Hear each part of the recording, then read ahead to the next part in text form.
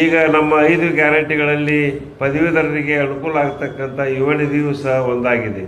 ಏನು ಪದವೀಧರರಿಗೆ 3,000 ರೂಪಾಯಿ, ಡಿಪ್ಲೊಮಾದವರಿಗೆ 1,500 ರೂಪಾಯಿ ಕೊಡ್ತಾ ಇದ್ದೀವಲ್ಲ, ಅದು 5 ಗ್ಯಾರಂಟಿಗಳಲ್ಲಿ ಒಂದಾಗಿದ್ದು ಪದವೀಧರರಲ್ಲಿ ಒಂದು ಹೊಸ ಆಶಾಕಿರಣವನ್ನು ಮೂಡಿಸಿದೆ ಅನ್ನತಕ್ಕಂಥ ಒಂದು ಮಾತನ್ನು ಈ ಸಂದರ್ಭದಲ್ಲಿ ಹೇಳಬಯಸ್ತಾ ಇದ್ದೇನೆ.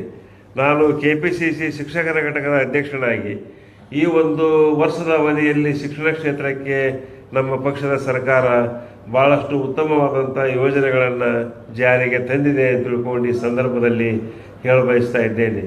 ಮುಖ್ಯವಾಗಿ 11,494 ಶಿಕ್ಷಕರ ಹುದ್ದೆಗಳನ್ನು ತುಂಬುವುದರ ಮುಖಾಂತರ, ನೇಮಕ ಮಾಡುವುದರ ಮುಖಾಂತರ 35,000 ಅತಿಥಿ ಶಿಕ್ಷಕರ ನೇಮಕವನ್ನು ಸಹ ನಮ್ಮ ಸರ್ಕಾರ ಮಾಡಿದೆ. ಅದರ ಜೊತೆಗೆ 2,372 ಶಾಲೆಗಳ ಪೈಕಿ 7,342 ಶಾಲಾ ಕೊಠಡಿಗಳ ದುರಸ್ತಿಗೆ 70 ಕೋಟಿ ಅನುದಾನವನ್ನು ಸಹ ಬಿಡುಗಡೆ ಮಾಡಲಾಗಿದೆ. ಇನ್ನು ವಿದ್ಯಾರ್ಥಿಗಳಿಗೆ ಪೌಷ್ಟಿಕ ಆಹಾರವನ್ನು ಕೊಡಬೇಕು ಅನ್ನತಕ್ಕಂಥ ದೃಷ್ಟಿಯಿಂದ 58 ಲಕ್ಷ ವಿದ್ಯಾರ್ಥಿಗಳಿಗೆ 280 ಕೋಟಿ ರೂಪಾಯಿ ವೆಚ್ಚದಲ್ಲಿ ಪೌಷ್ಟಿಕ ಆಹಾರವನ್ನು ಕೊಡ್ತಕ್ಕಂಥ ಒಂದು ಕಾರ್ಯವನ್ನು ಮಾಡಲಾಗಿದೆ. ಅದರ ಜೊತೆಗೆ 45 ಲಕ್ಷ ವಿದ್ಯಾರ್ಥಿಗಳಿಗೆ, ಸರ್ಕಾರಿ ಮತ್ತು ಅನುದಾನಿತ ವಿದ್ಯಾರ್ಥಿಗಳಿಗೆ 143 ಕೋಟಿ ರೂಪಾಯಿ ವೆಚ್ಚದಲ್ಲಿ 2 ಜೊತೆ ಸಮವಸ್ತ್ರವನ್ನು ಸಹ ನೀಡಲಾಗಿದೆ.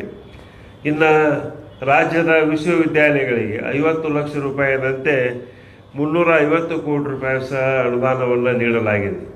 ಈ ಹಿಂದೆ BJP ಸರ್ಕಾರ ಇದ್ದಾಗ ಅತಿಥಿ ಉಪನ್ಯಾಸಕರು ಹೋರಾಟವನ್ನು ಮಾಡಿದರು. ಅವರ ಹೋರಾಟದ ಕಡೆ BJP ಸರ್ಕಾರ ಯಾವುದೇ ಗಮನವನ್ನು ಕೊಡಲಿಲ್ಲ. ನಮ್ಮ ಪಕ್ಷದ ಸರ್ಕಾರ, ಮಾನ್ಯ ಮುಖ್ಯಮಂತ್ರಿ ಆಗಿರ್ತಕ್ಕಂಥ ಸಿದ್ದರಾಮಯ್ಯವರು, ಉಪಮುಖ್ಯಮಂತ್ರಿ ಆಗಿರ್ತಕ್ಕಂಥ DK ಶಿವಕುಮಾರ್ ಸಾಹೇಬರು ಅವರ ಸಮಸ್ಯೆಯನ್ನು ಅರಿತು ಅತಿಥಿ ಉಪನ್ಯಾಸಕರಿಗೆ ಕನಿಷ್ಠ 5,000 ರೂಪಾಯಿದಿಂದ 8,000 ರೂಪಾಯಿವರೆಗೆ ವೇತನವನ್ನು ಹೆಚ್ಚಿಸ್ತಕ್ಕಂಥ ಕಾರ್ಯವನ್ನು ಮಾಡಿದೆ.